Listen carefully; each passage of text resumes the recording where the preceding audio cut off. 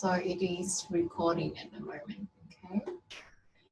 So before we talk about the lecture today, let's talk about the homework first.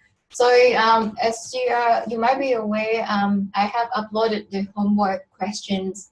I have uploaded the questions for the homework for this subject. So you see that there are two sets of homework questions, and depending on what your number ID is, you'll be either doing homework 1 or homework 2. You don't have to do both of them, right? So if your student ID is an odd number, then you will be doing homework 1, and if you have a even number student ID, then you'll be doing homework 2, okay? So I'm just going to be sharing the homework question with you, and we're going to talk about that a little bit for now.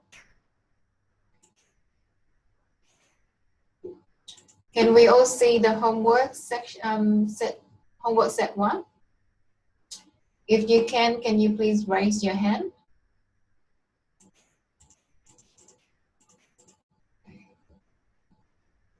Or maybe say something?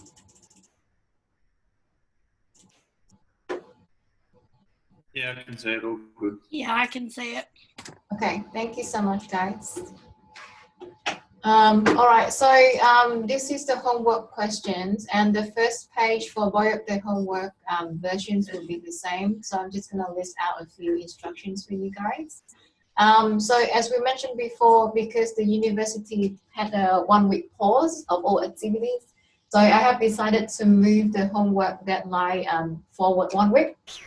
So the deadline now is the 15th of April, midnight, and this homework is worth 20% of your total assessment.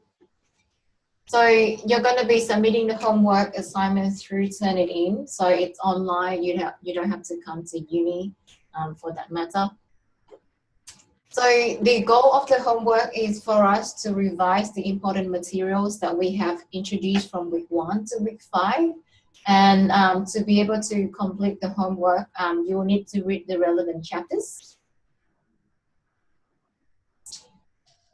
For example, with homework set 1, so we've got 2 questions here in homework set 1.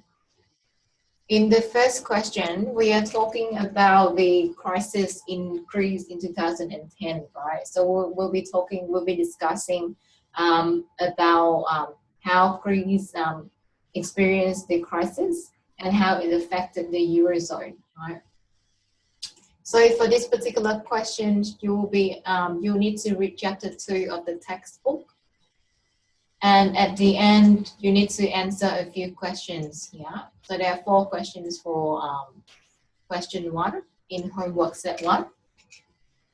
So throughout these questions, hopefully you'll be able to revise the key materials that we introduced in chapter 2.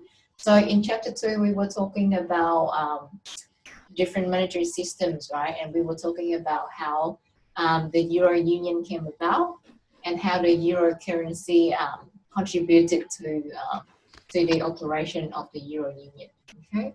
So the focus of question 1 for homework set 1 is therefore on the European Union and the difficulties that different countries experience when they are part of the Union, right?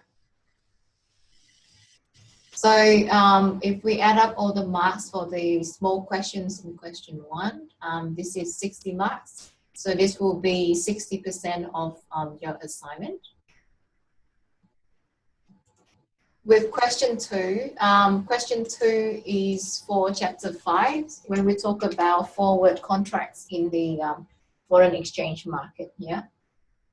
So in question 2, you need to read chapter 5, and so we haven't gone through chapter 5 yet, so this will be for the future. But just briefly, so with question 2, you are dealing with a hedging problem, right? So you have a future transaction with your foreign trade partner, and you need to work out based on the currencies that you have, the currency pairs that you have in the question. You need to work out how to hedge this transaction and what are the costs involved, right? So for this question, you need to answer the following questions. And in your answer, you need to show all your workings, yeah? These are the marks relevant for question 2. So it's 40 marks, okay? So this assignment will be marked out of 100 marks and it will be scaled to 20%, okay? Let me briefly go through problem set 2 as well for those that have an even number student ID. So on the first page is identical to the previous document I showed you. So on the second page, you will see the questions for homework set 2. So with question 1, we are once again dealing with a monetary system, right? Sorry, this is not monetary system. This is the balance of payments. So with question 1, you will need to read chapter 3, which is on the balance of payments. And for this question, you need to collect a little bit of data, yeah? So with question 1 in homework set 2, you will need to look at the trend in the balance of payments in Mexico. And then you need to look at what these numbers mean, yeah? So in question B, you need to talk about how Mexico is experiencing some difficulties as shown in their balance of payments, yeah?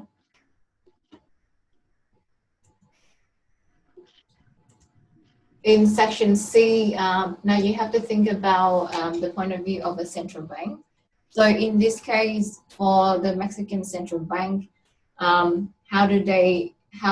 what kind of policy that they can implement to help with the problems in the balance of payments, yeah? Similarly, for question D, you will need to reflect on the problems that Mexico experiences with their balance of payments and think about the different lessons that we learn from their difficulties, yeah? So to help you answer this question, you will need to go to international financial statistics to get the statistics for, to get the macro data for Mexico balance of payments, okay?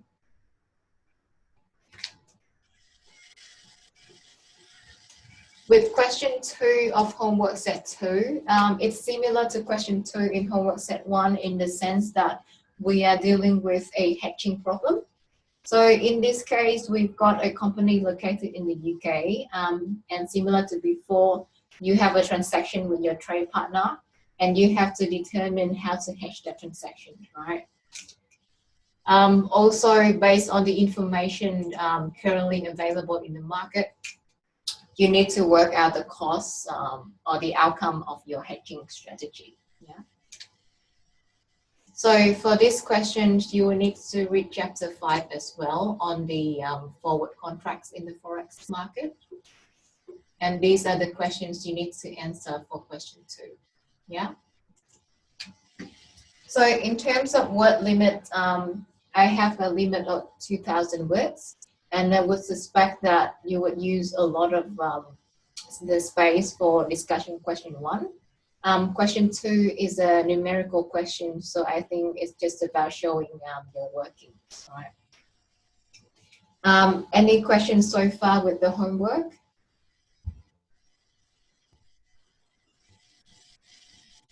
So we have about 3 weeks to do the homework, yes? If there's any question or any issues, you're welcome to ask me anytime or during my consultation.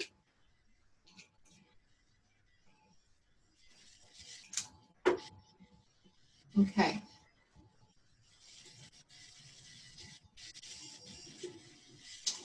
There's a chat session here. It's not even at the end, yes. So I'm just talking to people on the chat session.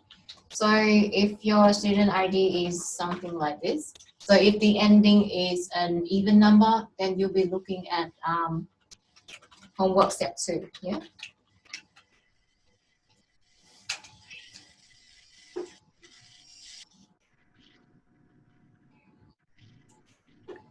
Okay, so without, here we go.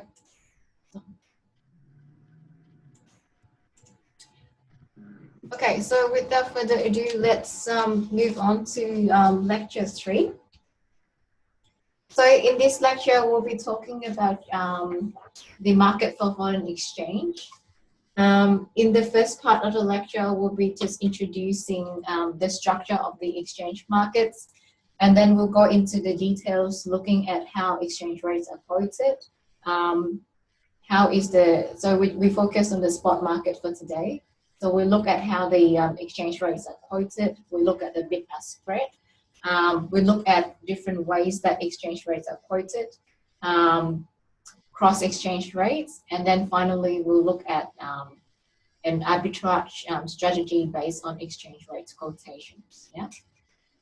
So the focus of this lecture is pretty much on the spot market of foreign exchange. Okay.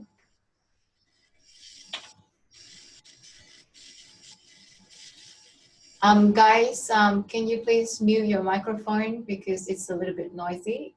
I wouldn't mind, but because this is recorded, so just in case when people listen to the recording, it could be a little bit noisy. Okay, so if you can you please mute your microphone? Okay.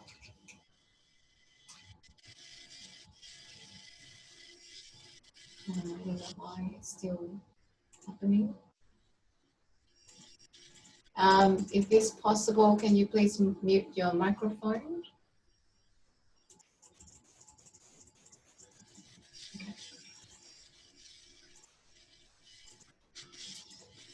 Okay, so we are talking about the foreign exchange markets.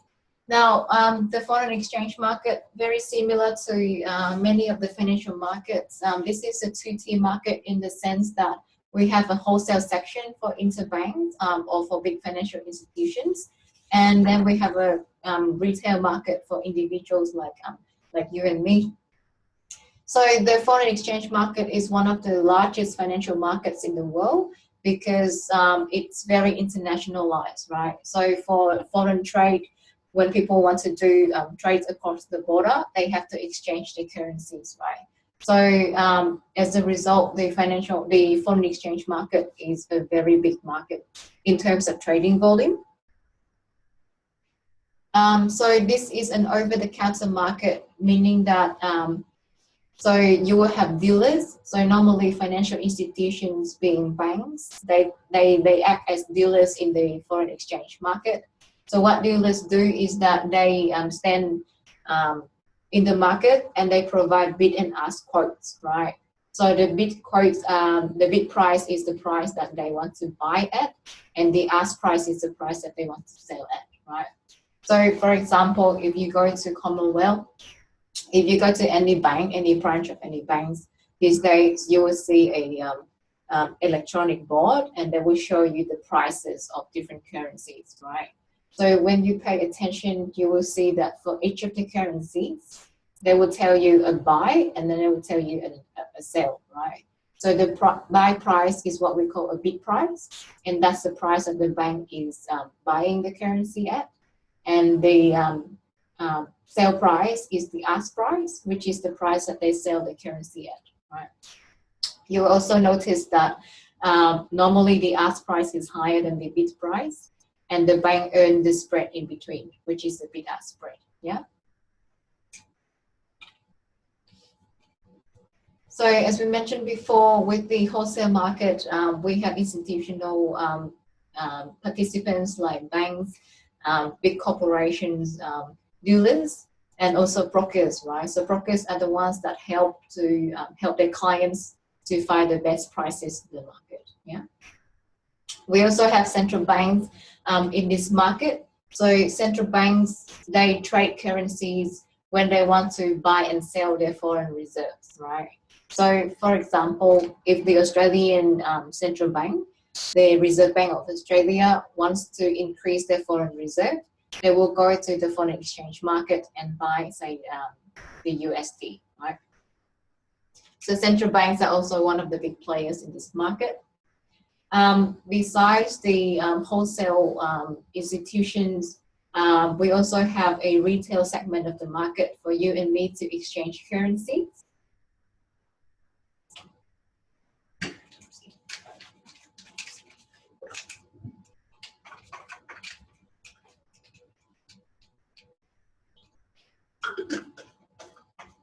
So in terms of the trading volume, if we break it down into different locations, we'll find that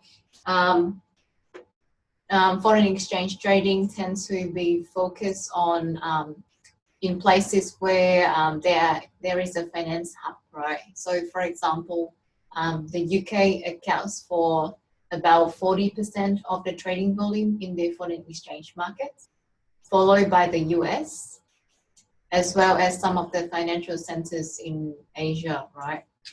So the trading of foreign exchange markets is also concentrated in the financial centers around the world. Right? So in terms of, this is the electronic FX conversations. So these are the messages between the different banks to settle their transactions. So if we look at the frequency of these messages, we will see that they tend to peak during the opening times of the big financial centers, right? So for example, during the trading days in Japan, or during the time when the European markets is open, yeah? So these are the times when the big financial centers open, and that's where most of the trading activities happens, yeah?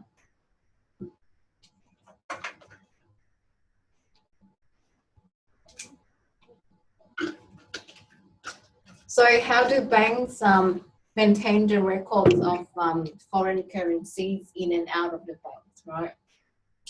So with the large commercial banks, they keep track of their foreign exchange through a system called correspondent banking relationship, which means that each of the banks, they will hold different accounts with one another, and each account is for a different currency, right? So what do we mean by that? For example, in this case, we have two banks. We have Bank A located in the UK and Bank B located in the US, right? So Bank A is a UK bank and Bank B is a US bank, yeah? So let's see how they settle their foreign exchange transactions between themselves. So suppose that at the moment, the exchange rate is for £1, we can exchange it to 1.25 USD.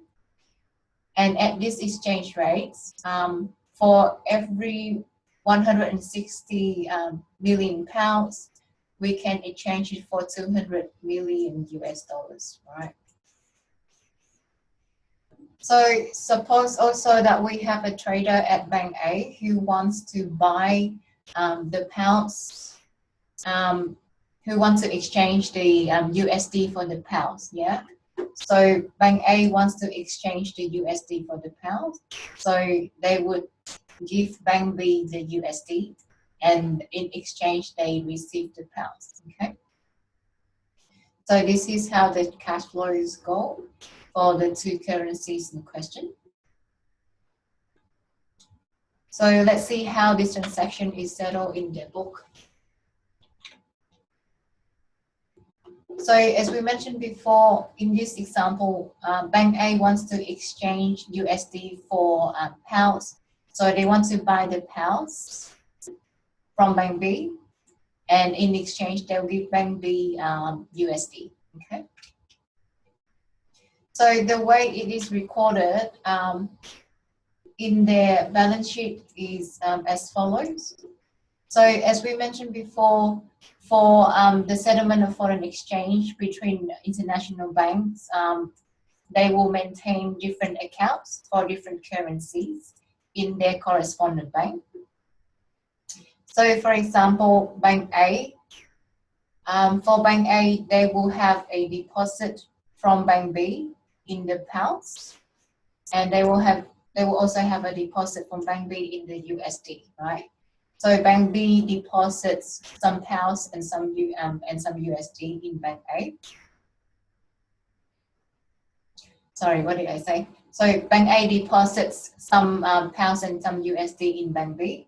So because this is Bank A's deposit in Bank B, it's recorded as an asset in Bank A's book, right? So this is Bank A's asset.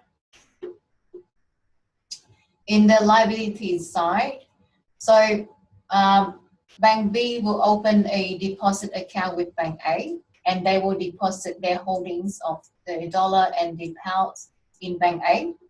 So in Bank A's balance sheet, it will be recorded as a liability for Bank A because this is Bank B's deposit, right? So in this transaction, let's go back to this transaction. So in this transaction, Bank A is giving Bank B 200 million US dollars. And in exchange, they receive 160 million pounds, right? So because Bank A is giving Bank B's US dollars, when you give someone your money, then your money would reduce, right?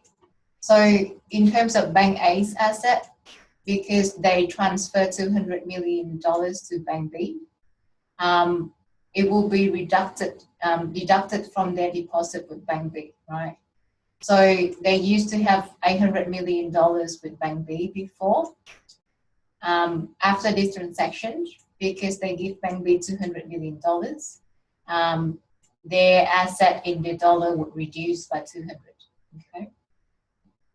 At the same time, because they received the pounds from Bank B, their pound asset would increase by 160 million pounds. Okay. Does that make sense here? So every time when you see an inflow in a currency, it will increase your asset. At the same time, if you have an outflow of a certain currency, it will decrease your asset. Yeah.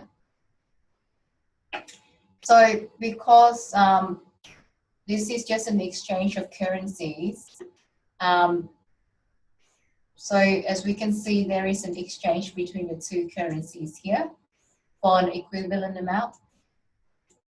The total asset size of Bank A does not change, right? So we used to have 1,900 million pounds after the transaction. Once we convert the dollar into the pounds at an equivalent rate, our asset size does not change. Yeah. So similarly for the liabilities side, so we're talking about the liabilities here. So through this transaction, because Bank A agrees to pay Bank B 200 million US dollars, because they are paying, so their liabilities increase by 200 million US dollars. In exchange, because Bank B pays Bank A 160 million pounds, the liability in the pounds would reduce by that amount, right? So we used to owe them 600 million pounds. Now we only owe them 440. Okay. So similar to before, because we are just converting one currency to another, there is no change in our liability side, right?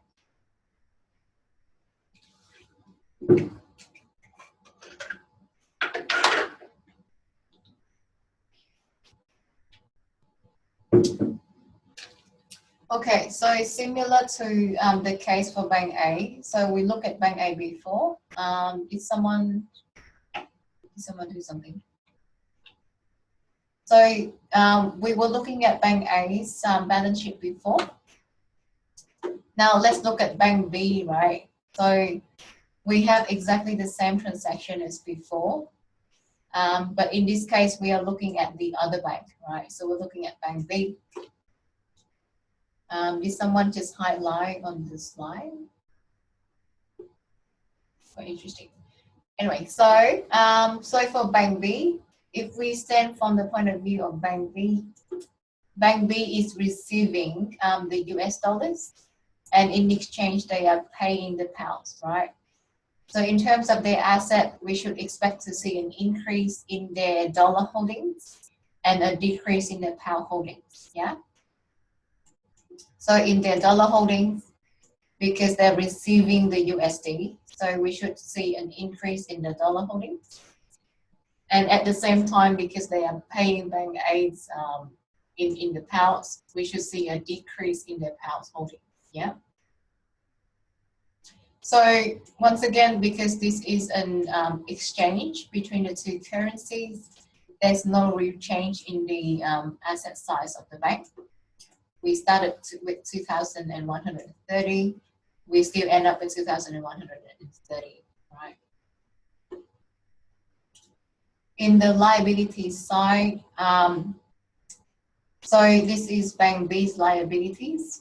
So in this transaction, because Bank B agrees to pay Bank A in the pounds, so their liability in the pounds should increase.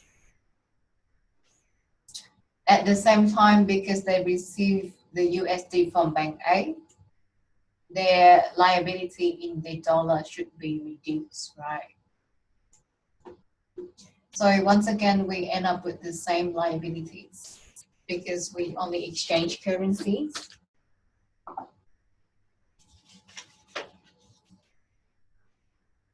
Okay. So is that okay? So example number 2. So I did example number 1 before. Now, can you guys help me do example number 2? So in example number 2, we have 2 banks again. We have one bank in Italy and one bank in the UK. So Bank X is from Italy, right? And Bank K and Bank Y is from the UK. Okay. So X and Y. So currently the exchange rate is for every pound we can change it for 1.1 euro, which means that if we want to exchange 100 million pounds, we can exchange it for 110 million euros, right? So in this case, this is the transaction that we are dealing with. Now we have an employee at Bank X and they want to buy the pounds, right, for the euro, okay? So in this case, X wants the pounds, so they want to receive the pounds. And in exchange, they are paying Y in the euro, right? So we would see 2 different cash flows in 2 different currencies. For X, if we are Bank X, then we expect a cash inflow in the pounds, and then we expect a cash outflow in the euro, right? And it's the opposite for Bank Y.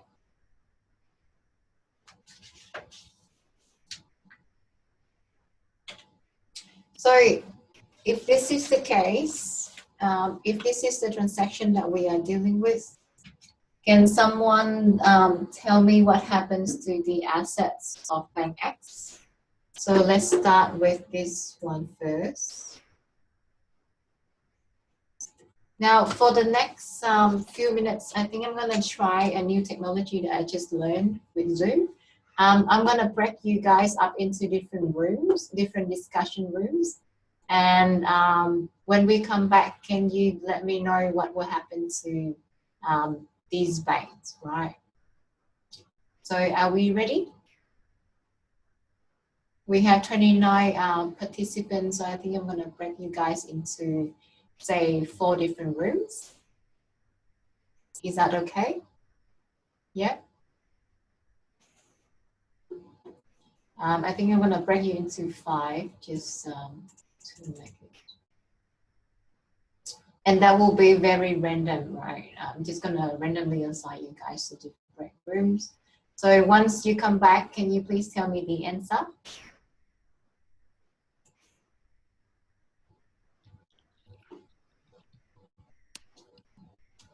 Okay, so I think I have already assigned you guys into different rooms. So let's work through this problem for 1 or 2 minutes, and then I'll invite you guys back to discuss, yeah?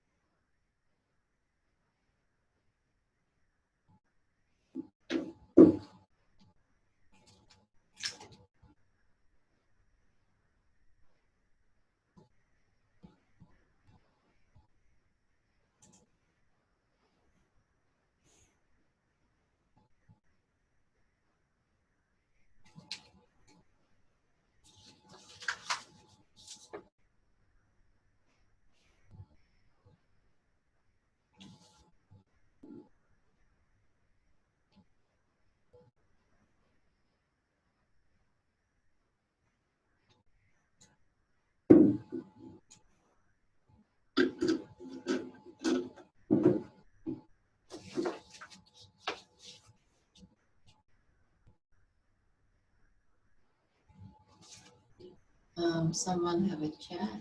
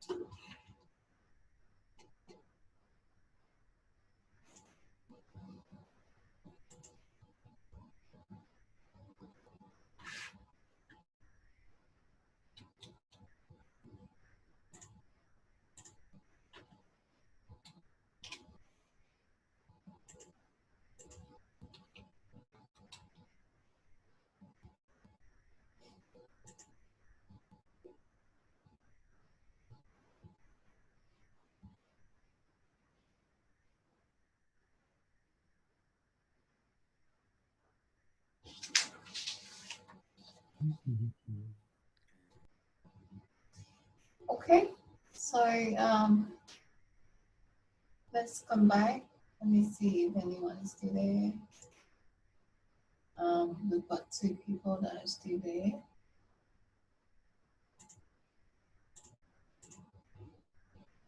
Hey, sorry, I just have a quick question. Yes. So just the point that I'm confused about. So are you saying that every bank of these has a separate deposit opened at the other bank and they just transfer the money over? Or is the actual transaction happening in real time between the 2 banks?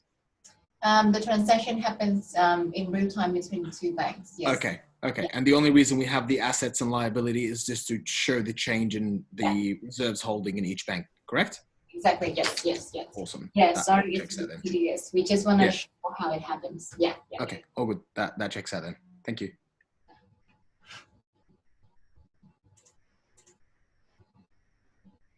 Guys, if we are using the chat room, we please use English? I can't understand other language, just in case you guys want to say something. The chat room will also be recorded, right, for your information, just in case. Okay, so what do we think? So let's look at Bank X first. Through the group discussion, what do we think would happen to the assets of Bank X? So with Bank X, we are receiving the pounds, right? And we are paying the euro to Bank Y. So does someone want to tell me what happened to their asset side?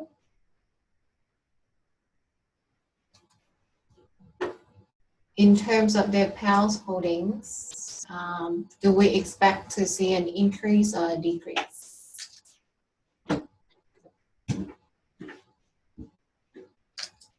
Someone talk to me. Someone talk to me. Increase. We want to see an increase, yes? So this should be an increase because we are expecting a positive cash flow, yeah? Similarly, for the Euro holdings, this should be a decrease, right? Because we're paying to Bank X. So it's an increase here. Oopsie. Yeah, anyway, so similarly with Bank, on the other side of the transaction, we have Bank Y. Where Bank Y receives the Euro from Bank X and they pay pound, right? So because they are paying the pounds, we would expect to see an increase in the pounds for their life. Hey, yo, Sneezy, what you doing, man? Paul, I'm sorry, I can hear you from here. Paul, you need to mute. What? Seven. My man, we in class. Mute your mic, man. Guys, if you need to talk in private, can you please mute your microphone?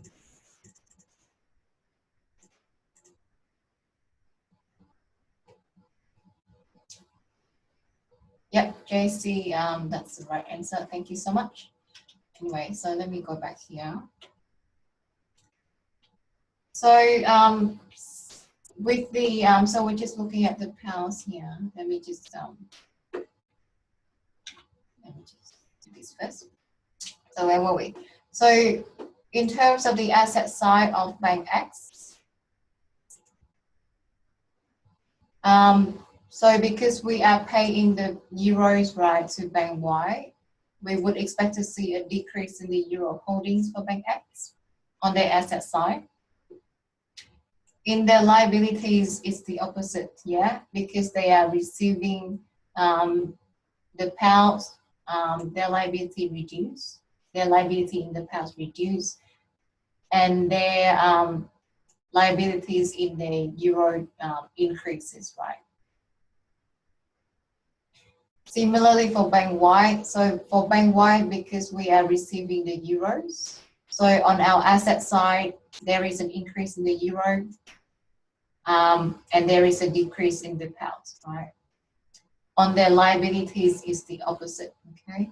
So there is an increase in the pound liabilities, but there is a decrease in the euro liabilities, okay?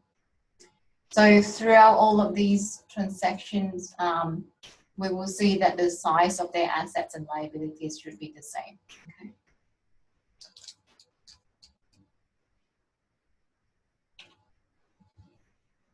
All right, so the way that banks communicate about these transactions are through the following systems. So you've got the SWIFT system where the messages, this is for the messages between the banks. We also have a clearinghouse interbank payment system. This is for, so the job of a clearinghouse is to settle transactions between different banks, yeah? Similar to the clearinghouse function of the Australian Stock Exchange, for example. Okay. Similarly with ECHO, this is just a clearinghouse for international transactions. Yeah. So these are the institutions that deal with settling the transactions that we talked about on the previous slide. Okay, so for the next few slides, we're going to be talking about how a currency is quoted. So how do people quote the prices of currencies in the spot exchange rate market? Yeah. So as we mentioned before, in the exchange rate markets, we have a over-the-counter market or a dealer market where you have a bid price and you have an ask price. So for any of the currency pair, you will see two different prices, yeah? So you will see an ask price and you'll see a bid price. Also in terms of currency, in terms of terminology, we differentiate between the quoted currency and the measurement currency, right? So the quoted currency are the currencies that you are trying to price. say, for example, if I give you this quote.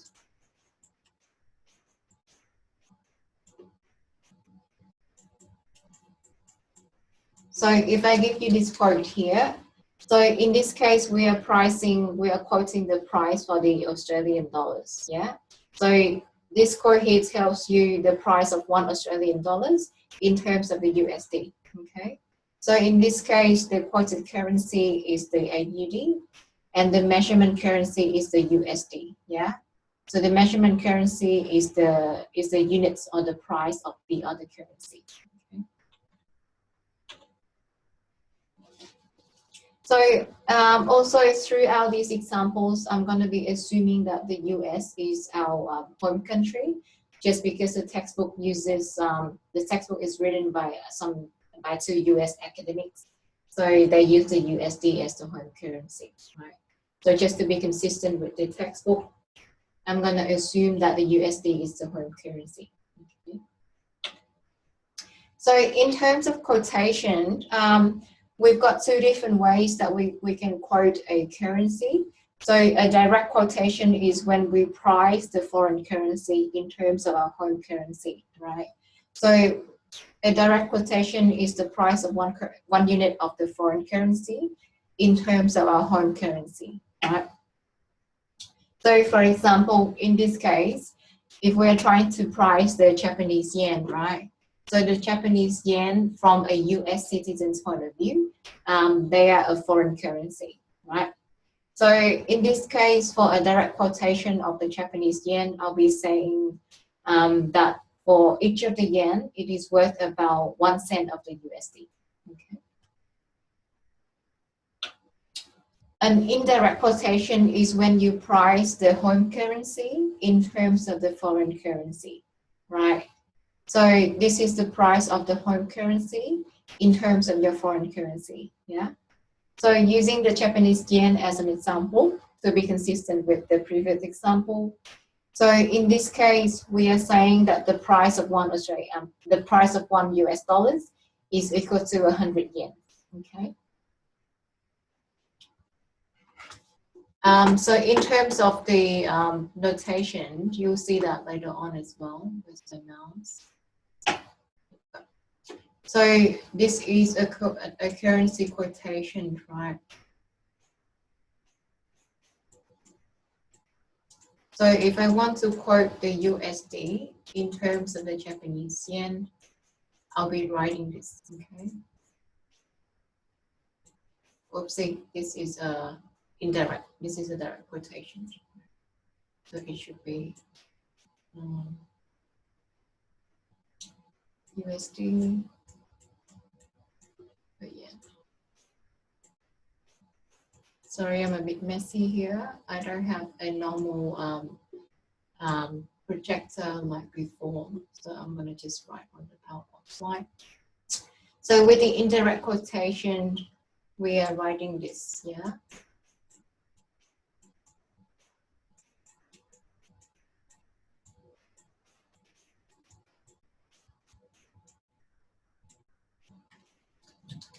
So say for example, let's take this quote for example.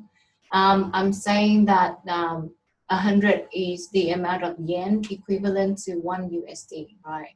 So this quote means the number of yen per USD, okay?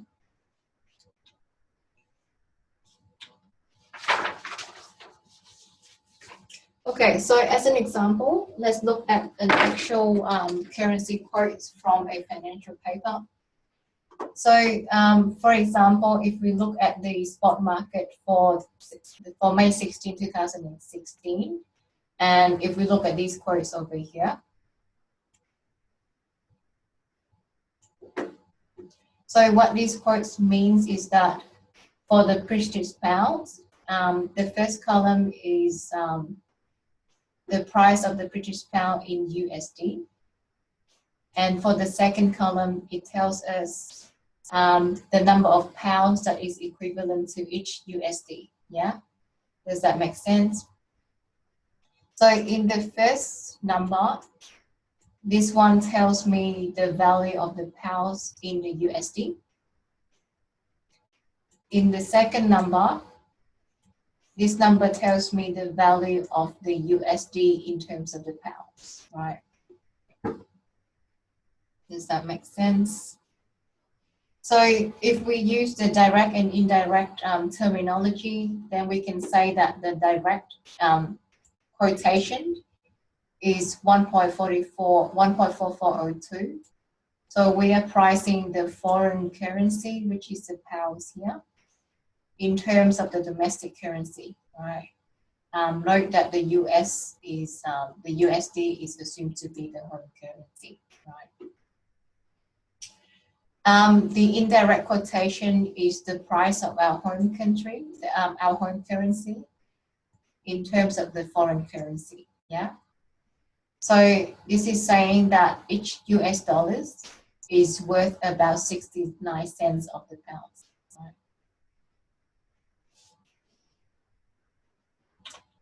Also, something to pay attention to, this will be very useful later on. You will see that the price of one currency is the reciprocal of the price of the other currency, right?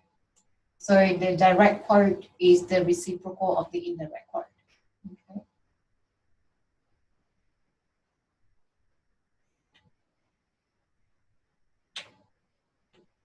Okay, so we will talk about the bid-ask spread as well. So as we mentioned before, when you have a dealer market, right, normally the dealer will quote two prices. One is for the price that they want to buy, and one is for the price that they want to sell, right? So if the bank quote a bid price, then that is the price that they are willing to buy at. And as a customer, as the retail customers like you and me, we would trade at the opposite side, right? So if the bank is willing to buy at $2, for example, that means when we want to sell the currency, we will be selling at their buying price, right? Does that make sense? Similarly, if a dealer quote an ask price, that is the price that they want to sell at, right? So as a customer, if we go to the bank and we trade with them, we will be trading at their opposite side, okay? So if we want to buy, we'll be buying at their selling price. So the bid-ask spread is just the difference between the bid price and the ask price that are quoted by the bank. So normally the ask price will be higher, so the bank will be selling the currency at a higher rate than they are buying, so that they will earn the profits, they will earn the spread in between, right? So their profit here is the bid-ask spread, okay? So as an example, let's look at one example over here.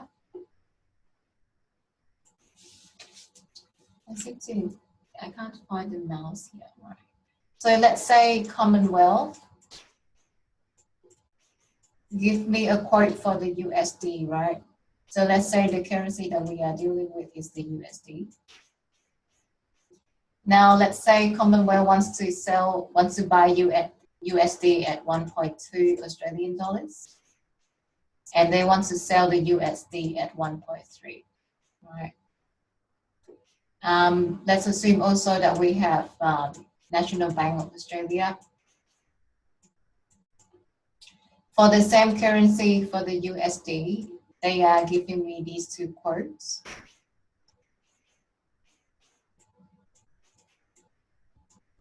Okay. So these quotes mean that, for example, for CBA, they are willing to buy the USD at 1.2 and they are willing to sell the USD at 1.3, right?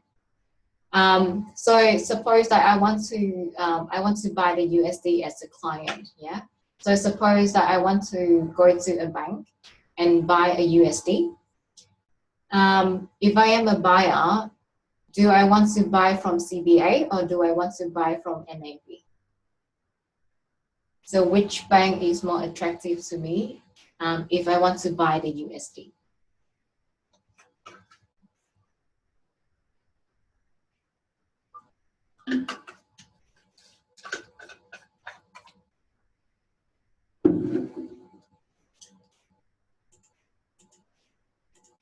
Does someone want to tell me the answer? Yes, there's something in the chat room, right?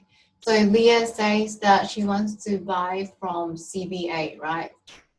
Spot on. So if I am a buyer, if I want to buy USD, I'll be looking at the ask prices from these two banks, right?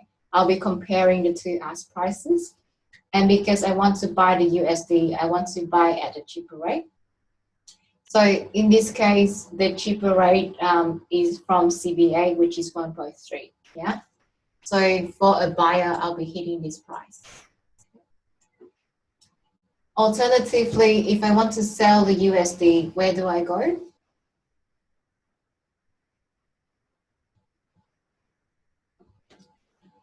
Yes, let me see.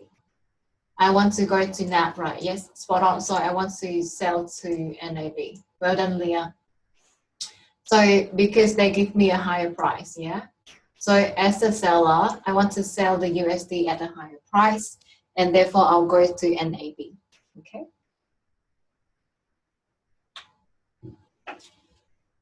Okay, so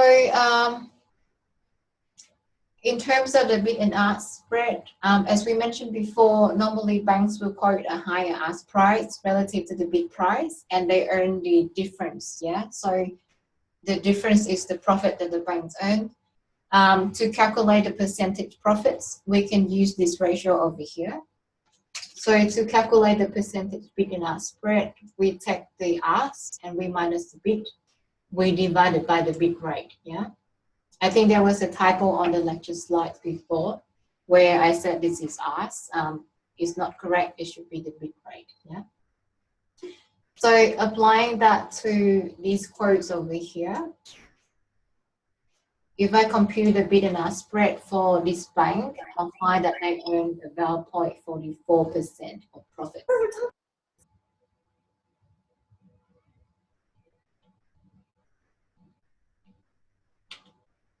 Oopsie. This is just an example similar to what we saw before. So in terms of the terminology, again, this is not very important, but normally exchange rates will be quoted in 4 digits. So you'll normally see a 4-digit number for an exchange rate quotation. So the first two digits are called the big figure. So normally all banks will have the same big figure. The last 2 digits are called the small figure, and these will be different for different banks, right? So it's just a quotation terminology matter. Okay. So let's look at how when we combine the bid and ask prices and the indirect and direct quotation together, right? So when we combine them together, how does the bid and ask look like? So if we look at this example here, so in this case, we have a quote for the euro against the USD, yeah? So in American terms, so this is the direct quotation. We are pricing the euro in terms of the USD, yeah? So for this particular bank, they are buying the euro at 1.125 and they are selling the euro at 1.1255, yeah?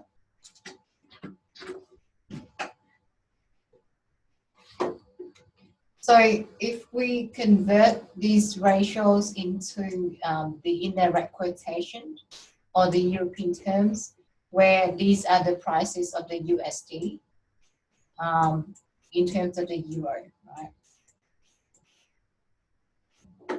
Okay, we will find that the bid rate for the American term is the same as the ask rate for the European term, right?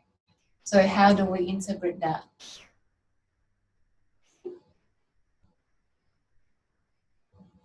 So the way that we understand this is that if we think about a currency exchange, by definition, this is an exchange, right? So we would have one transaction for the euro and one transaction for the US, yeah? So every time when a bank sells a euro, when a bank exchanges the euro for the USD, they effectively sell the euro, and at the same time they buy the USD, right? So for every foreign exchange transactions, you would have two different currencies. When you buy one currency, that means you are selling the other currency, yeah? And as a result, the bid price for one currency would be the reciprocal of the ask price for the other currency, okay? So when CBA buys the euro, that means that they effectively sell the USD as well, okay? So their bid rate for the euro should be the same, the reciprocal of the ask rate for the USD.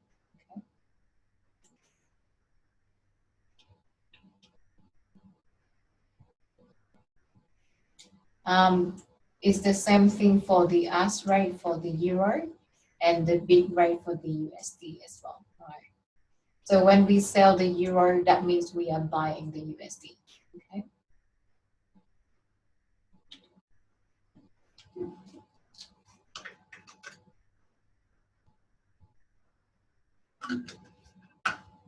So let's work through an example to illustrate what we mean by that. So for example, in this case, we have an American trader and he wants to take a position in the pound, right? So when you want to take a $10,000 position in the pound, what it means is that you want to exchange your USD to the pounds, right? So you want to exchange your USD to get the pounds.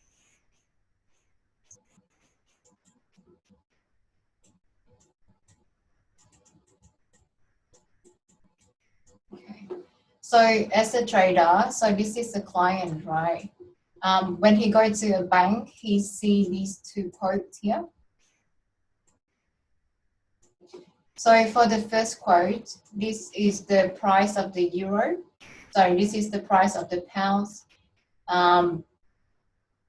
in terms of the USD, right? So this is the bid price and this is the ask price. So what these prices means is that the bank is willing to buy the pounds at 1.25 and they are willing to sell the pound at 1.2505, okay? Similarly, for the second quote, this is the invert of the first quote. So this is the price of the USD in terms of the pounds, okay? So these quotes means that the bank wants to buy the USD at 0.7997 and they want to sell the USD at 0.8, okay? So 0 means 0.8, so we just go up to one figure. So the question here is, after his trade, what would be his position, right?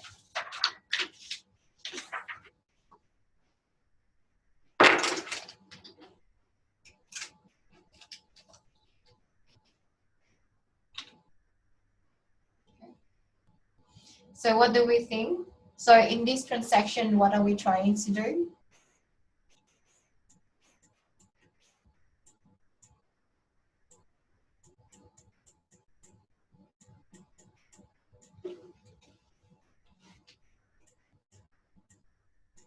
So in this transaction, if we talk about sell and buy, right? Are we trying to sell the USD or are we trying to sell the pounds as the trader?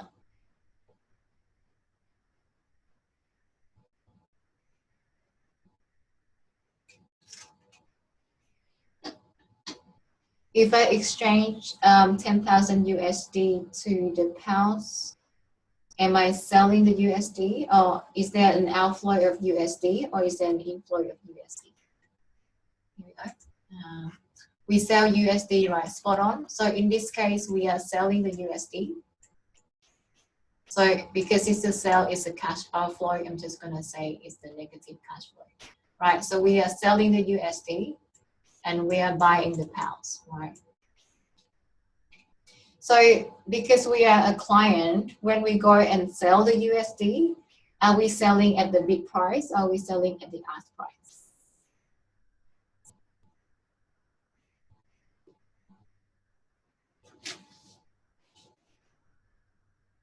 So if I'm a client, I will be trading at, yes.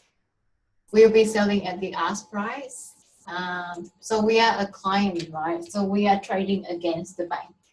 So the bank is the dealer in this case, yeah. So when we trade against the dealer, we'll be trading in the opposite side, right?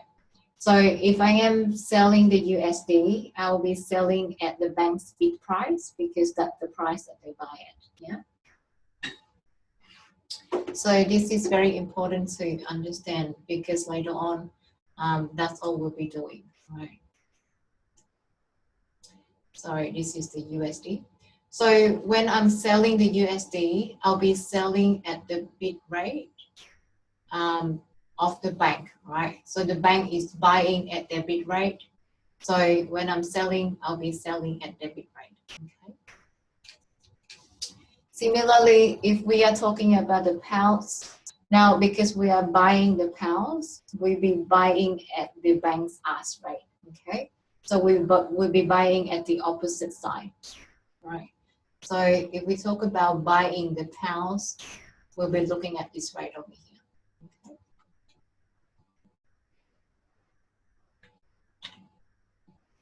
So let's look at the USD for the moment. So if we are talking about the USD, we are basically selling, right? So when we are selling, we'll be selling at this rate over here. Okay. So to convert 10,000 USD into the pounds, I'll take 10,000 USD and I'll times the value of the of each of the USD, right? So this is the amount of USD I have. If I times it by the value of each USD in terms of the pounds, I will get the equivalent pound number. Okay. So in terms of currency exchange, it could be quite confusing. So one way to remember that is to think about this cheap way. So what I have here is if I have a USD amount, right? So this is my USD amount. And if I want to end up with the pound on the right-hand side, then I want the pound to be on the top, right? So I want the pound to be on the numerator of my currency, of my exchange rate. And I want the USD to be in the bottom, right? To be the denominator, okay? Why is that the case? Because these two can cancel each other out, right? Leaving me with the pound, okay?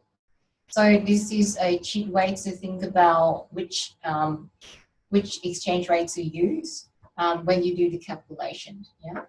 I find it's very useful to avoid any mistakes when you do the calculation.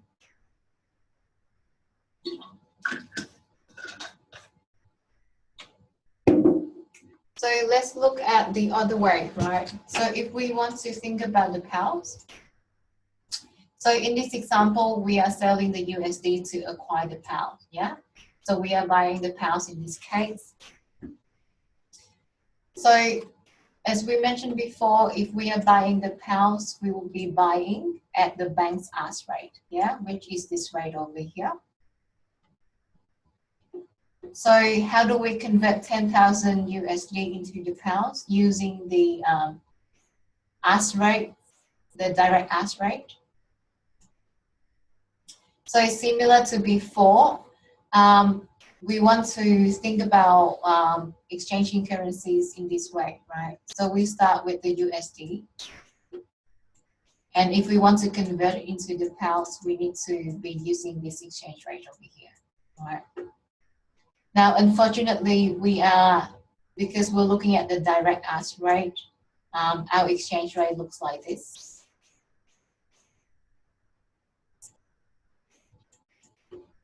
So to convert from this to this, we want to take the reciprocal, right, of the direct ask rate. Okay, so we want to take 1 divided by the direct ask rate, which is 1.25.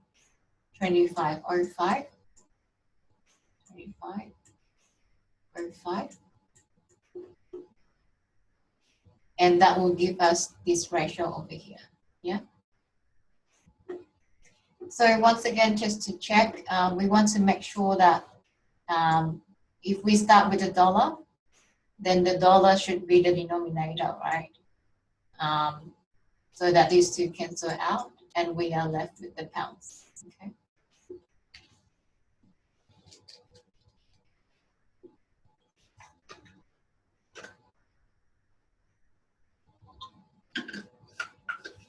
So from the past, I find that these kind of calculations could be quite confusing, but it doesn't, it is not very hard, right? It's not very hard, trust me. It just takes a few practices to get used to the way currencies are quoted. Once you're familiar with the concept, once you're familiar with the currency pair, then these calculations will be very easy, I promise. Okay. Okay, so we have done this example before. Now let's take it to a more realistic case, right? So in this case, we are having a businessman who is having international trades around the world. So in this case, he just completed 2 transactions, one in Italy and one in England. So for the 2 transactions, he get paid in the euro and in the pounds, right? Because he's a US citizen, he wants to convert these back into the USD. So when he goes to a bank, he gets 2 different quotes, as we see on the slide. And the question here is, assuming that there's no other fees, what are the US proceeds from his transactions, yeah? So when he converts the 2 transactions back into the USD, what does he get, right? So let's take a few minutes to work through the problem. So in this case, you need to have 2 calculations, one for the euro transaction and one for the pounds. I'll leave you guys for about 2 to 3 minutes. When we come back, let's go through the calculations together, yeah?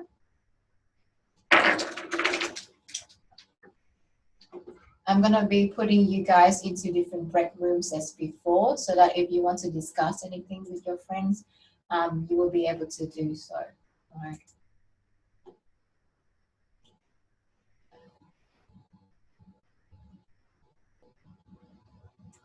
Okay.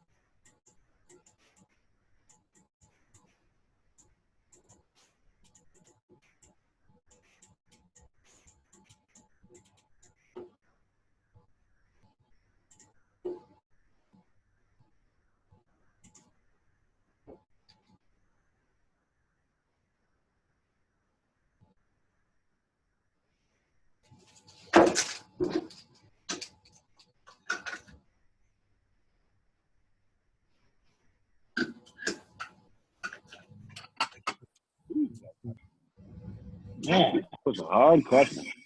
Sheesh. Well, you have a question? Oh no, I was just having a little trouble with it, but I think I got it done. Thank you, though. Okay, I think we have been back from the break room. So how did we go, guys? How did we go with the two transactions? So if I want to convert the euro, so 2,500 euros into the USD, how much would I get? And what rate am I looking at?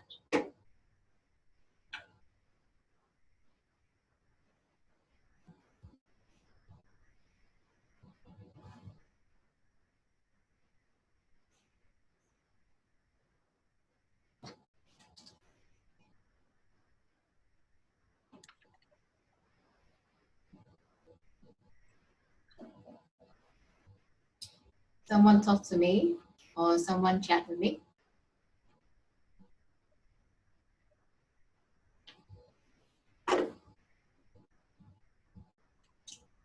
Right.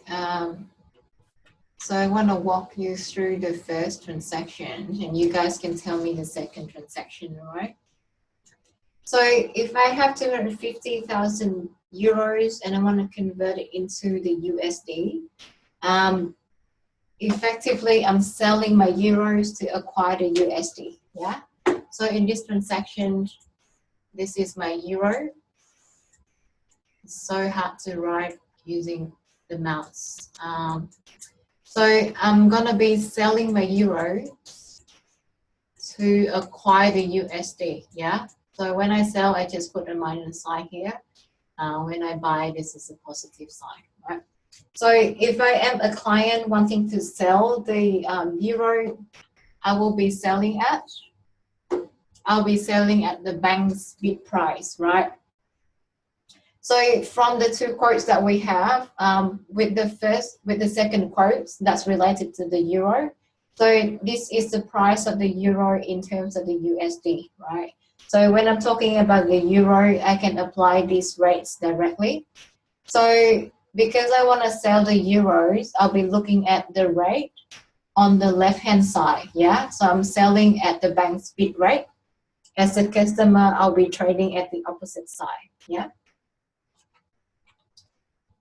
So if I want to convert my euros into the USD, I'll be using the bid rate from the previous slide, which is this rate over here. I've got it here as well. Okay.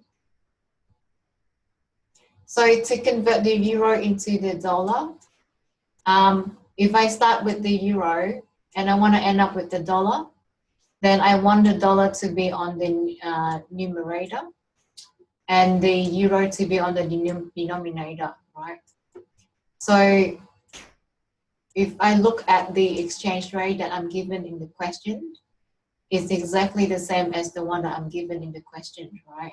So what I'll do here is that I'll just take the 250,000 euros and I times the exchange rate that I have in the question, okay?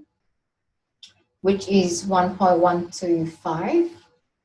So if I do so, I will find that the amount of dollars I get for the first transaction is about 281,000, okay? So are we all good with the first transaction?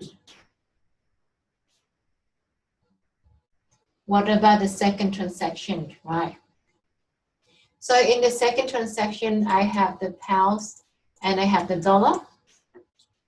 Now, because I'm exchanging the pounds for the dollars, that means I'm selling the pounds to the bank and I acquire the dollars, right? So when I sell the pounds, I'm just gonna write a minus sign here to remind me that it's a sell. And when I acquire the USD, I'm just writing the plus, so it reminds me that I'm gonna acquire the USD. So I'm gonna buy the USD, yeah? So looking at the quotes that we have here, so the quote that we have here related to the pound is the first quote, right? So this is the quote I'm looking at. So this quote is the price of the USD in terms of the pounds, right? Are we following? when you see the USD on the right-hand side of the exchange rate, then that is the currency that we are trying to price. Yeah. So here, the exchange rate here is the value of the USD in terms of the pound. So for example, 1 USD is equal to 0.7997 of the pound. So if we are talking about the USD, from the analysis that we did here, we know that we are going to buy the USD, yeah? So if we are buying the USD as a client, we will be buying at the dealer's ask price, okay? So we will be hitting the right-hand side of the quote, okay? Which is this one over here. So when we buy the USD as a client, we will be buying at the dealer's ask price, okay?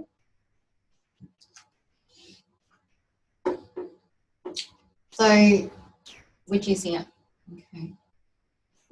So if I have 500,000 pounds, and if I want to convert it into the USD, this will be the equation, right?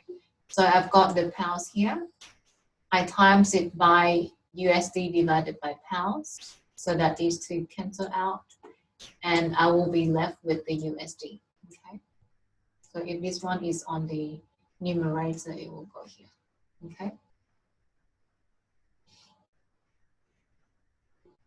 Which is here. So if I sum up the two transactions, I will find that the total sum is about 906 US dollars. Okay. 906,000 US dollars. So these exercises show you how to convert from one currency to another using the correct bid and ask price, the correct direct and indirect quote. Okay.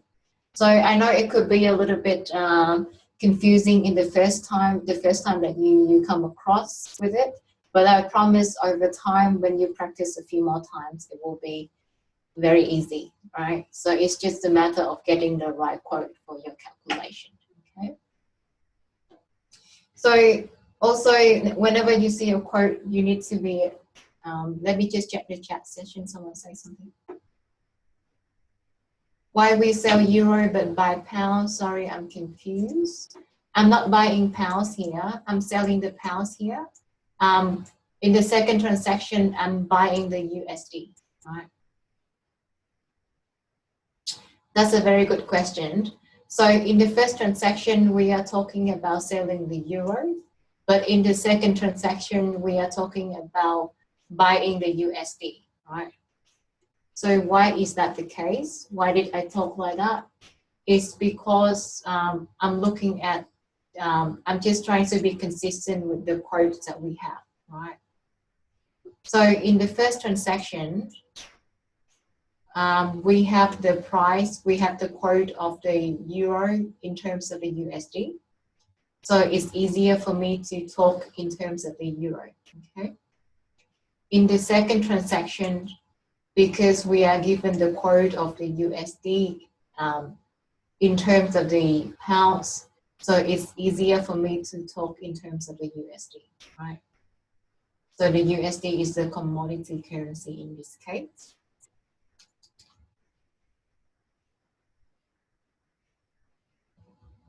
So one thing to notice is every time when you see a quote, when you see a bid and ask quote, normally for a bank, their bid price will be on the left and your ask price will be on the right.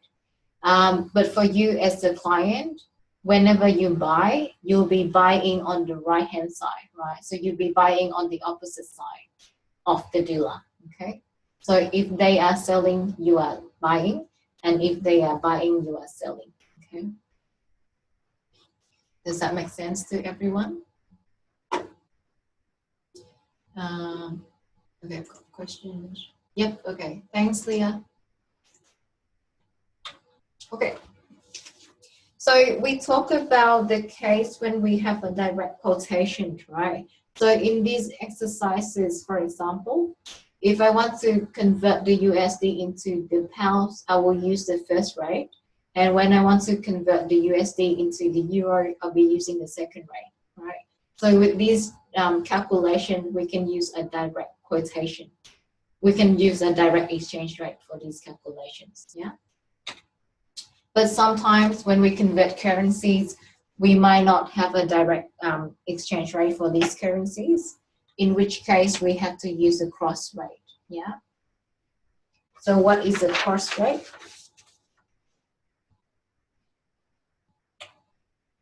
So a cross rate is an indirect way that we can work out the value of two currencies. For example, in this case, in this example I have here, where's my mouse again? So in the question, we are given two different quotes. We are given the USD and Euro quote.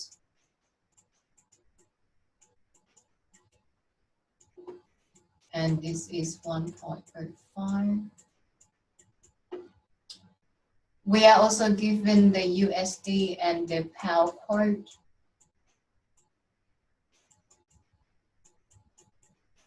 And this is 1.25.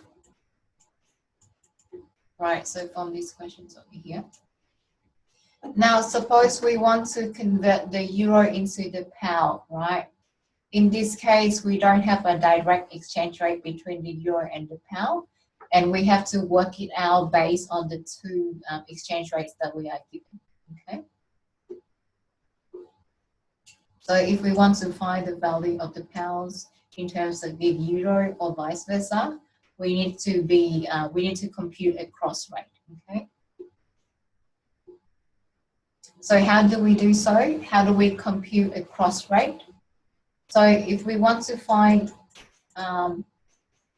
this exchange rate, so if we want to find the value of the euro in terms of the pounds,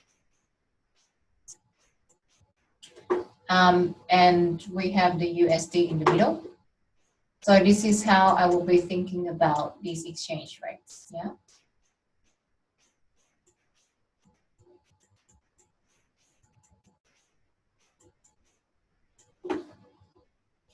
So we know that we have to work this out based on two different exchange rates involve the USD. Okay. So if I rewrite the exchange rate between the pounds and the euro in terms of these two exchange rates, I will find that these two terms cancel out, leaving me with the exchange rate that I want, which is the pounds and the euro, right? So let's work through this problem. So suppose I want to find the exchange rate between the pounds and the euro like this. I will start with these two exchange rates first. So the first rate that I need for this calculation is the pound against the USD, right? So do we have that in our question? So in our question, we are given the reciprocal of this ratio, right? So we are given the ratio between the USD and the pound, but we want the ratio between the pound and the USD, okay? So it's just the reciprocal of this rate over here.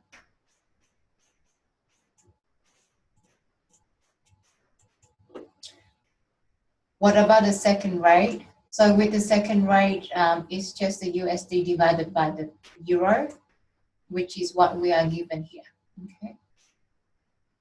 So in this case, therefore, I'm just going to times it by what is given in the question.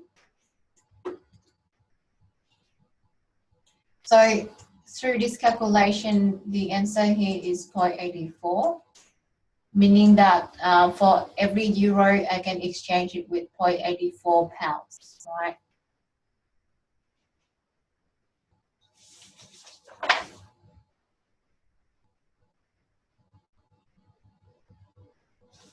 Okay, the next bit is going to be super confusing. I'm sorry for that. So I'm going to give you guys 1 minute to think about the cross rate first to get your head around this calculation here. So after 1 minute, we'll come back and talk about the cross rates for bid and ask. Right.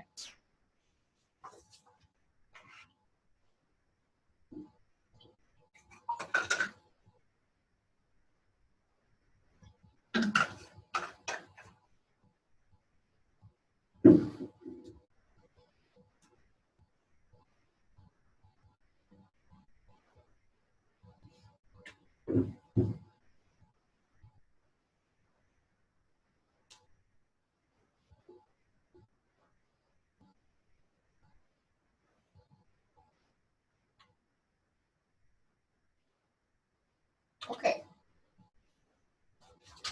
So now that we understand how to calculate a cross rate, let's apply that to work out the cross bid and ask rates. Okay.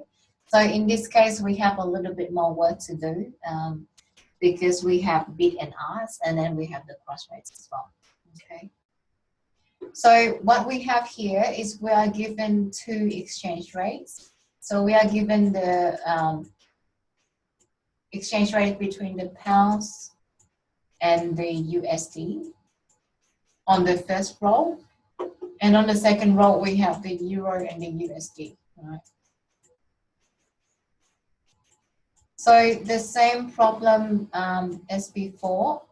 Now suppose that we want to work out the value of the pound and against the euro instead of the USD. Then how do we do that, right? Given the bid and ask rate and everything. Right?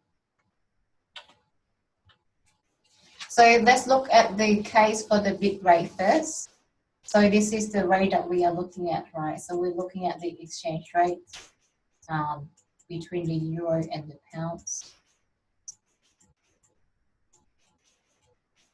Yeah. So with these exchange rates, we are trying to work out the value of the pound in terms of the euro. Okay. And this is the bid rate. Okay. So to think about how to calculate the cross bid rate, when we talk about the bid rate, we are talking about the rate that the bank is buying the pound at, right? So because it's a bid rate, this is the rate that the bank is buying the pound at. Okay. So let's consider this from a customer's point of view, from a client's point of view. So when the client starts with 10,000 pounds, and when they sell the pounds to get the dollar, after that they would use the dollar to exchange for the euro. This strategy would be very similar, would be equivalent to a strategy when a client goes to sell the pounds to the bank to get the euro, right? Okay. So the reason why the customer is selling the pound here is because they are selling to the bank, right? So they're selling at the bid rate to the bank, okay?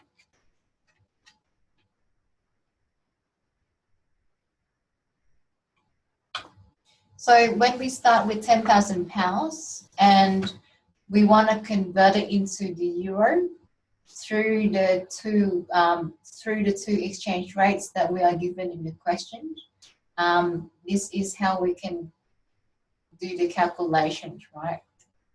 So let's start with 10,000 pounds first. Now suppose that we have 10,000 pounds and we want to sell the 10,000 pounds to get the USD, right? So we want to use the first quote to exchange the pounds into the USD. So as a client, when we exchange the pounds to the USD, when we sell the pounds, we will be selling the pounds at the bank's bid rate, right? So we'll be selling at this rate over here, which explains the first exchange rate here, okay? So this is the pounds, this is the USD, and this is the euro, okay? So once we sell the pounds and we obtain the USD, what we will do next is that we will sell the USD to obtain the euro, right? So in the second transaction, we are exchanging the USD for the euro, okay? So when we are selling the USD in the second transaction to acquire the euro, because we are selling the USD, I'm looking at the last two columns here. So these are the price of the USD, right? So when we are selling the USD to attain the euro, we will be selling at the bank's bid rate, right? So we'll be selling at this rate over here.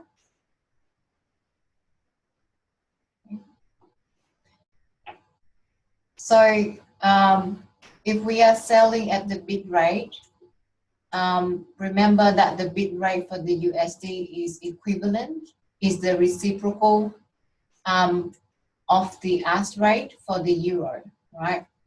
So this ratio is the reciprocal of this ratio over here, okay?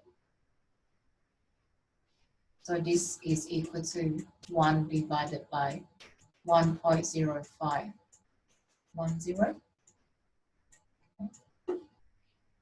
So this explains the second bit in our calculation here, right?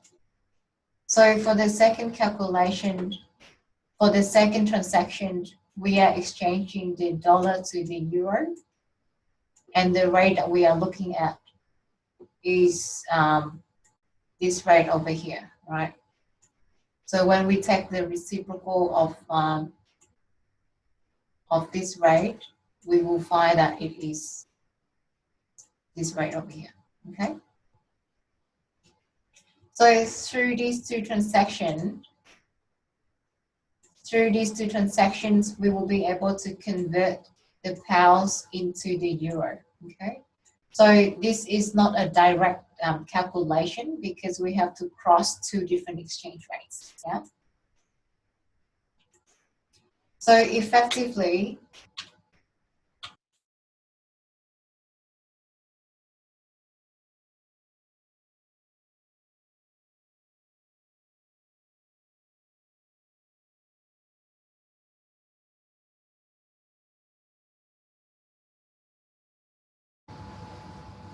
okay, I think we are back now.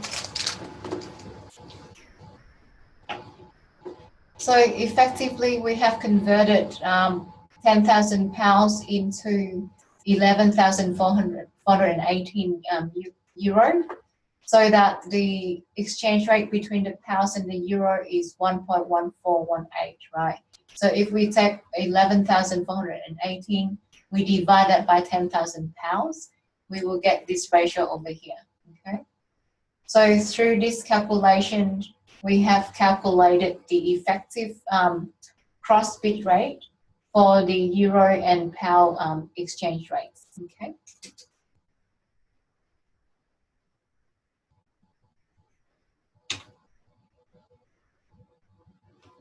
So one more thing to note, now if we pay attention to these exchange rates here, so as we calculated the cross bid rate, it will be the reciprocal of the ask rate for the euro, right? For the euro currency.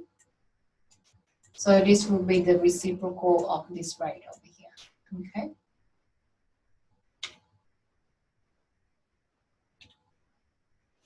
So similarly, if we want to calculate the cross ask rate, we would consider a situation where the customer wants to sell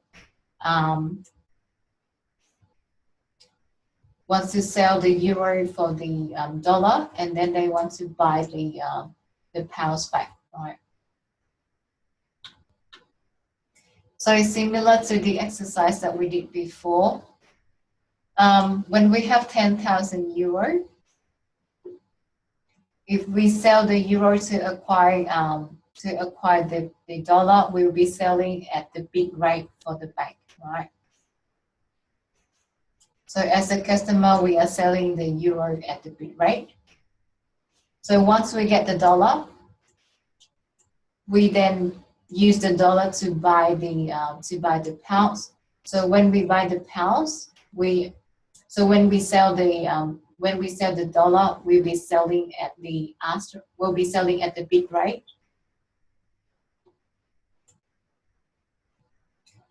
which is the reciprocal of the bank's pounds ask rate. Okay.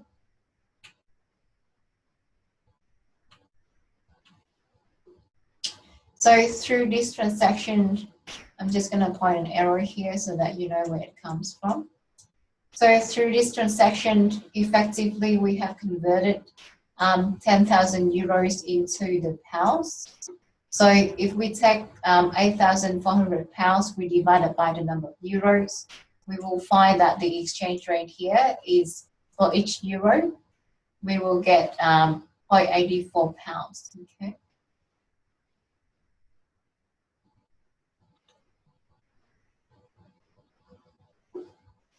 So similar to before,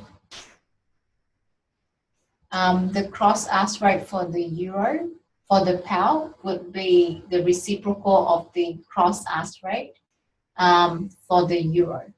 Okay. So I know this is very confusing and it takes a lot of practice before you get used to it. But think about, so when you practice the problem at home, start with this, right?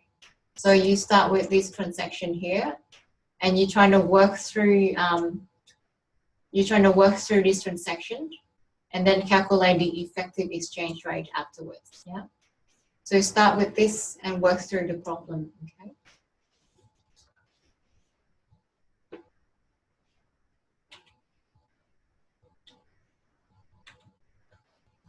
So to summarize the exercise that we have been doing before. So with the exercise that we did before, we have calculated the cross bid and ask rate for the euro and pound currency pair from the two exchange rates that we have here. All right. So from these two calculations, from these two numbers, if we take the reciprocal of this bid rate over here, we will get the ask rate for the euro. And if we take the reciprocal of the ask rate here, we will get the bid rate for the euro. Okay.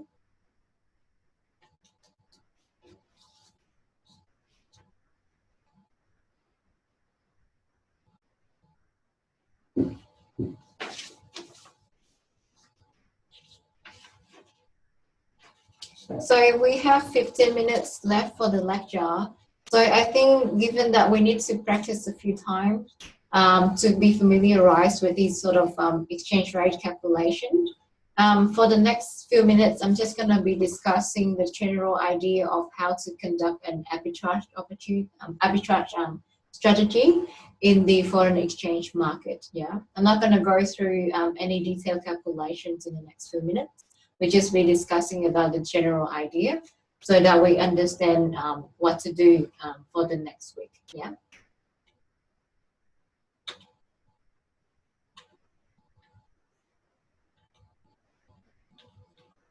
Let's skip through this example here. We can go back next week. So it's very important that when we go home, let's practice a few times the calculations that we have done in the lecture today. Yeah. So in terms of currency exchange rates, there will be a few arbitrage opportunities that we'll be talking about. So if we classify arbitrage opportunities in the foreign exchange markets into two types, we've got a bilateral arbitrage opportunity. So in this case, we are dealing with just two pairs of currencies, right? For example, if I have a country that quotes, say if I have the Australian and the USD currency pair, say in Australia, the exchange rates could be, I'm providing a direct quotation for Australian investors here. So for every US dollars in Australia, you can trade it at 1.5. However, in the US, with the same currency,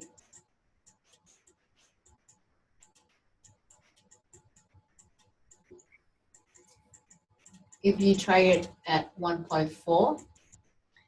So in this example, when we have the same currency pair, and if they are traded at two different prices in two different locations, then there is a potential for a arbitrage opportunity, right? So when we say bilateral arbitrage, we are referring to one particular currency pair, and it is traded at two different prices in two markets, yeah? So in this case, assuming there is no transaction cost, if I want to take advantage of this situation, I'll be buying the USD in the US, and I'll be selling it in the in Australia, right? So I buy at the market where it's a little bit cheaper, and I sell at the market where it's more expensive, right? So the spread here that I earn is 0.1. Okay.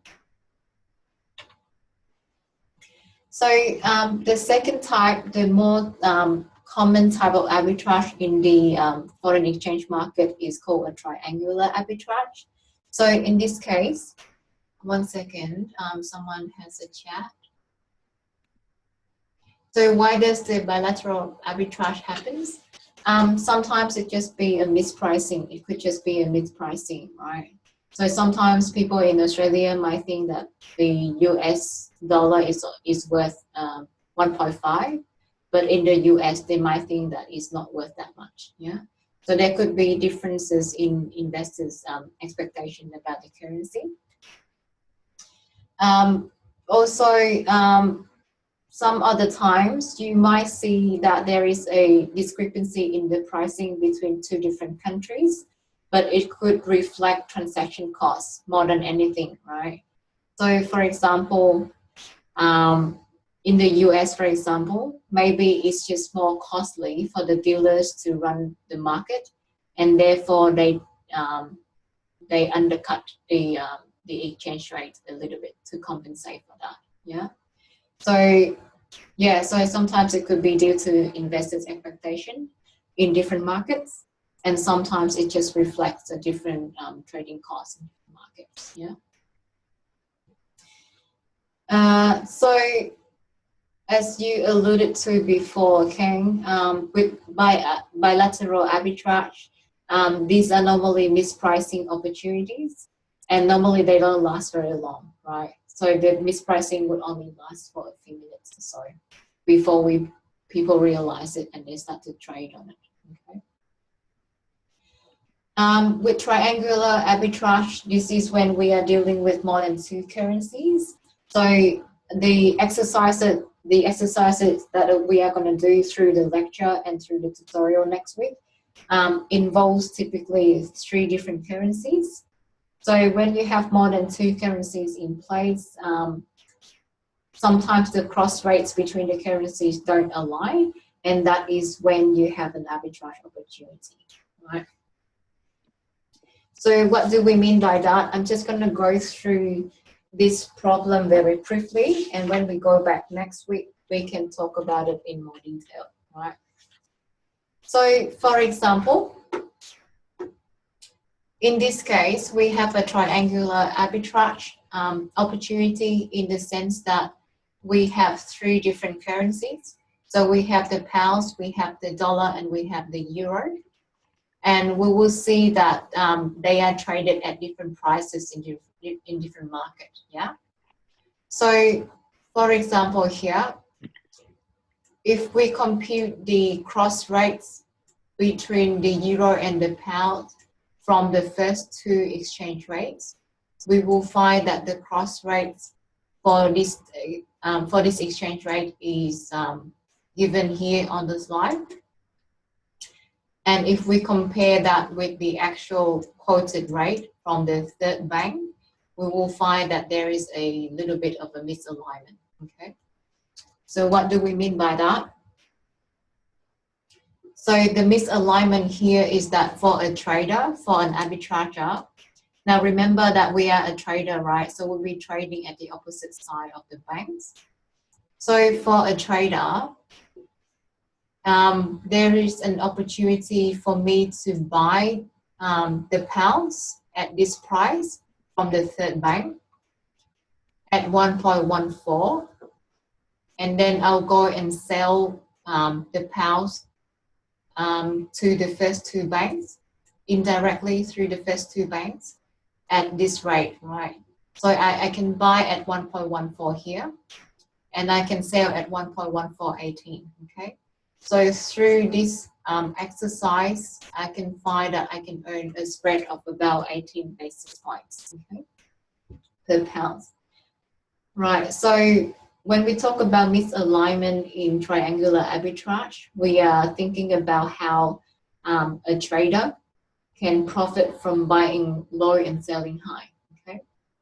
So as we mentioned before, as soon as you have a bid and ask price, you need to be very careful, because for a trader here, they will only profit if the ask price from the third bank is lower than the bid price from the first two banks, okay?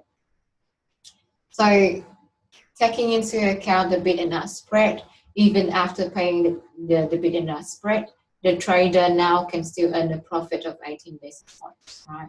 So this is the type of triangular arbitrage that we'll talk about in the lecture next week, as well as in the tutorial next week, okay?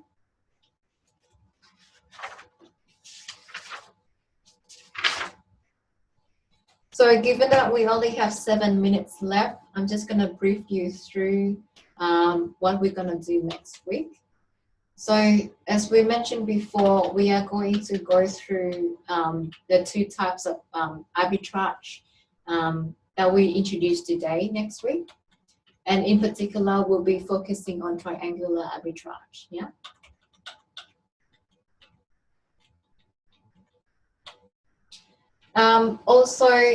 Let me just wrap up the lecture by introducing the microstructure of the spot exchange rates, spot exchange market. So microstructure means the mechanics of a market, right? So how the market works, basically. So as we mentioned before at the start of the lecture, for the foreign exchange market, we have a dealer market, meaning that dealers will quote a bid and ask rate, right? So it's not an automatic market like the Australian Stock Exchange, for example.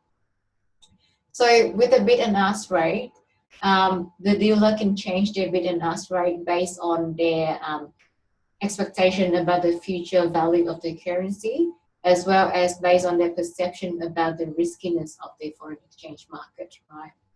So similar to any of other financial markets, you will see that the bid and ask spread would increase whenever there is more volatility. So when there is more volatility, dealers are reluctant to trade unless they know that the trade will not hurt their position, right? So one way that dealers can, so when dealers are discouraged to trade, they will widen the bid and ask spread, meaning that they will make it less attractive for people to trade with them, okay?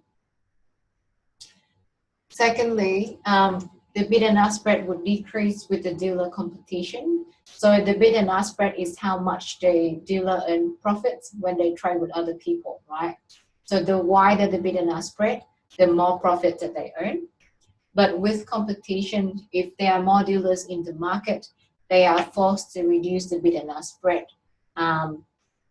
so that they can attract more customers, right? Okay. So finally, with any kind of financial markets, when you have private information, it normally can move the prices in the market, yeah? So with foreign exchange markets, private information is a very important determinant of the exchange rate. Okay. So just to wrap up the lecture, so today we have we have talked about the bid and ask prices. We introduced the bid and ask prices in the foreign exchange market. We also talk about how exchange rates are quoted and how we can calculate cross rates from different exchange rate pairs, right? So as I mentioned before, it's a bit confusing at the start to work through these concepts, especially when you have the cross rates and you have the bid ask spreads at the same time. So it takes a lot of practice for you to be able to familiarize yourself with these concepts, yeah? But it's very important that we are familiarize ourselves with these concepts before we talk about triangular arbitrage. Okay. So for next week, we will start next week with triangular arbitrage to finish off today's lecture. And then we'll move on to the second part of the foreign exchange market by introducing foreign exchange derivatives, right? So for next week, we'll focus on the forward market, and we will also introduce options and futures, as well as exchange rate currency funds, okay? Any further questions before we conclude?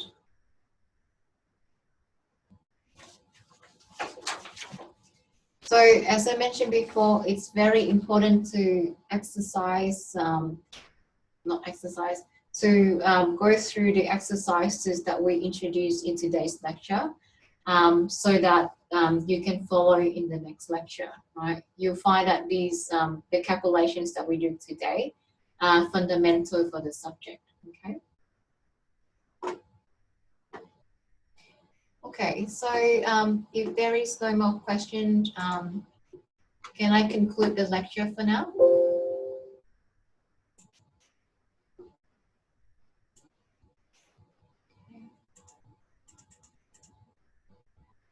All right, so I'm going to stop sharing the screen now, and I'm going to conclude the lecture. Thank you so much, guys, for joining in today. I know it's hard to learn through Zoom, but thank you so much for bearing with me. I'll see you next time, okay?